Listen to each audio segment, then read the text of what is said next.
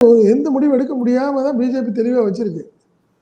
ஓ! என்ன ஒரு பக்கம் அவரை எம்பி ஆக்கி உங்க மத்திய மந்திரி ஆக்க போறோம்னு சொல்லி ஒரு ம். 3 மாசத்துக்கு மேல ஆயிடுச்சு. என்ன ம்ஹ்ம். புரியுதுங்களா? இப்ப அடுத்தது பிஜேபி லெவல்ல உங்களுக்கு ஒரு பெரிய பொறுப்பு வரப்போகுது. ம். அப்படின்னு சொல்லி இப்படியே இழுத்து அவங்கள வந்து அசெம்பிளி எலெக்ஷன் முடியிற வரைக்கும் இப்படியே ஓட்டிடுவாங்க.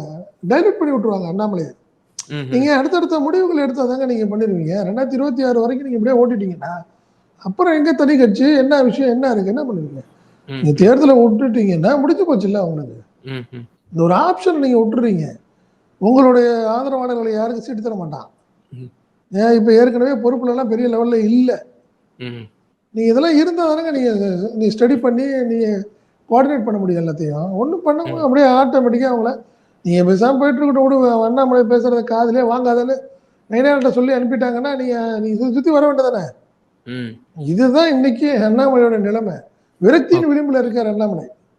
அதோட வெளிப்பாடு தான் ம். ம். ஆகஸ்ட்ல பேசுறோம், செப்டம்பர்ல பேசுறோம். அவரால இனிமே பழைய ஆக்டிவா இருக்க முடியாதுங்கிறது தான் என்னோட எண்ணம்.